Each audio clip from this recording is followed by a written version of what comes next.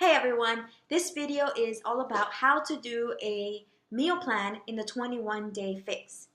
So at this point, you should already know your calorie bracket so that you know how many containers you're supposed to eat every day. Once you have that and you know what that is, you can start meal planning. So this is the way that I do it. The first thing you need is some kind of way to organize your meals. So there are billions, tons of templates that you can find just by Googling, and the 21-day fix actually brings one for you. But there are plenty of templates that you can use to organize your meal plan. You can use whatever works for you. There are some people who like just print a calendar and use different color pens and write in their meals. Others like a more organized way. Me personally, I like to write everything down. I don't like typing it, I like to handwrite it. So I actually make my own template. That's just what works for me. It might be too much work for somebody else, but it works for me, so that's what I do. So here's my template. I already made it, and basically I have at the top the different containers that I'm supposed to eat. So my 3 green, my 2 purple, my 4 red, my 2 yellow, etc. And then here what meal it is: breakfast, lunch, dinner, snack. And then I have a space. That's where I'm going to write what meal I'm actually going to eat. And then on the side here is where I actually count how many containers that meal takes up. And because I love to check things off, I even have a checklist for my water. So my 8 cups of water I'm supposed to drink a day, the workout I'm supposed to do for that day, and a little box so I can check it off. And here I check off all the meals that I eat. So I have Monday to Thursday, Friday, Saturday, and Sunday, and even a space at the bottom for my grocery list and my meal prep list. This is what works for me because I can add and change a lot to it. So for instance, I put at the top my husband's schedule. It says there D 8 to 5 because his schedule changes and it varies, and it's important for me to know if he's working early, if he's working late, am I eating dinner with him, am I eating by myself, because that's going to affect what meal I plan for that day. So I write it on here. So this is what works for me. So I have my template, I have my colored pens so I can write the meals, and you can use colored pencils or felt markers, whatever works for you. So now, once you have all that, maybe you can get some resources ready. So for example, I have my computer, so I have Google, Pinterest, Instagram, so I can find different ideas. I have the 21-day Fix A cookbook, which I use as well, which really helps me with ideas. But if you don't have any of that, just start simple. Start with things that you already know how to cook and that you like and that works for you. Even if you repeat a lot, the point is to just start getting the hang of it, and you can always add things later on.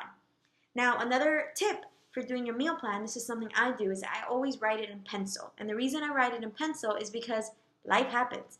Sometimes things change, plans change, and that's important to know. So if something changes, that doesn't mean you just messed up your whole day, you don't know what to do. That's fine. Take the eraser, erase things, and accommodate accordingly. So that's something that I do. Okay, so now you're ready to meal plan. What do you do?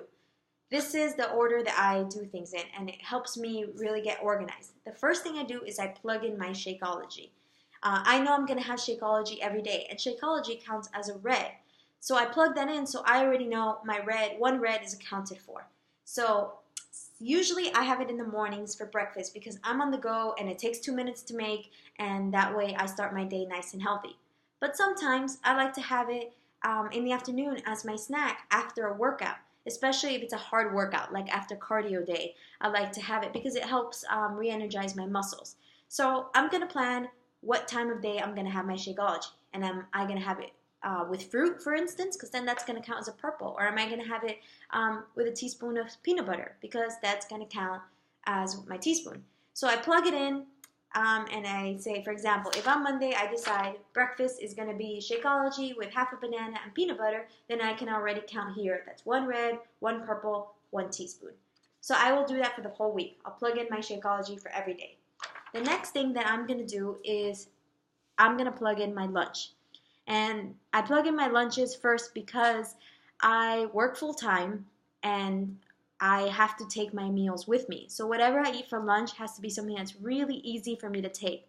I either have to prepare it the night before, it has to be ready to go, or it has to be something I can cook really quickly in the morning. And so that's important for me to know and plan ahead. So a lot of times my lunch might be a salad, or it might be leftovers from dinner, or just things like that, just things that are really easy to make. So I will plug in my lunches first. And I'll put it in and I'll check it off what containers it counts. So I already have my breakfast and I already have my lunch. The next thing I put in is I plug in my morning snack. So this is between breakfast and between lunch. What snack am I going to have while I'm at work? What makes it easiest for me is fruit, because it's very easy for me to take fruit to work. I can easily grab an apple. I can easily grab tangerines or oranges or grapes or strawberries. So I will plug that in, and I usually will have my snack like at 10:30 in the morning, and then I eat lunch usually at 1. So I've plugged that in. So now I have my Shakeology plugged in, I have my snack plugged in, I have my lunch plugged in. So that will tell me how many containers I'm missing. So if I look at Monday and I'm missing 1 green container, 2 reds, 1 yellow, and let's say a blue, then okay, I know that that's where I need to focus on for my dinner and my other snacks. And I can make sure that way to get everything in for the whole day. So the last things that I usually plan is my dinner. And that's where I'd like to take more time and maybe try a new recipe or do, a meal that takes a little bit more time to make. Or just try to get creative with my meals because I'm at home for dinner, so I have a little more flexibility. So that's it. I mean, that's basically what I do. A lot of times I repeat meals because that makes my life easier, especially in the work week. Take ideas from other people. You don't need to reinvent the wheel. There are so many ideas out there. So that's it. That's what I do. I'm going to sit down now and plan my meal plan. At the end, it will look like this. This is one I've done before, and you can see it here. For instance, you can see the different meals, and you can see with the different containers, and at the bottom is the full count to make sure I got all the containers in. So that's it. Comment if you have any questions about how to meal plan in the 21-day fix.